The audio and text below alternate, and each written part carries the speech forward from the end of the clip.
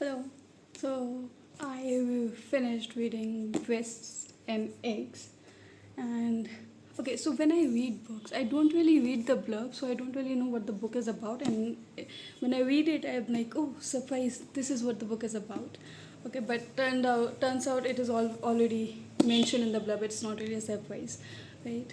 So when I first got this book, I was really excited because the title is so intriguing. I thought it might be something like The Great Gatsby, but the Japanese version, so even more fun, right?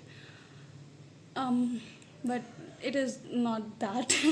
It is quite literally what it says in the title. The book has two parts, book one and book two. The book one, it's literally about breast and eggs. It's about female anatomy. It's basically the protagonist, Natsuko, her family life, okay?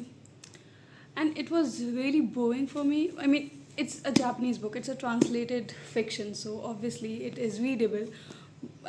But it was too literate, and I don't like anything that is very literate or very apparent, okay? I like things that are complex or like have layers to it, right? And then, so that was the book one. I was highly disappointed. And then got to the book two. Book two is like 10 years after the book one. So in book one, I think she's around 30, and in book two, she's around 40 or 20, 30, something like that. So there's a huge gap, right? So the book two deals with child adoption, loneliness in your mid 30s, and just, midlife in general of a woman. And that is fascinating, and that is what interests me, and that is what I am not really going through, but I would be going through, and I'm in like that is something that saved this book. So after reading book one, it made me realize why the book two was important, and it is so that we can get the complete overview of Natsuko as a person, or Natsuko as a human being, right? It's the end of the book that sums it all up and makes you give that full picture. It gives you the image of Natsuko, our protagonist, and all the people in her life. I like the fact that we only know just as much as Natsuko does. These secondary people share a fragment of their lives and not the full image.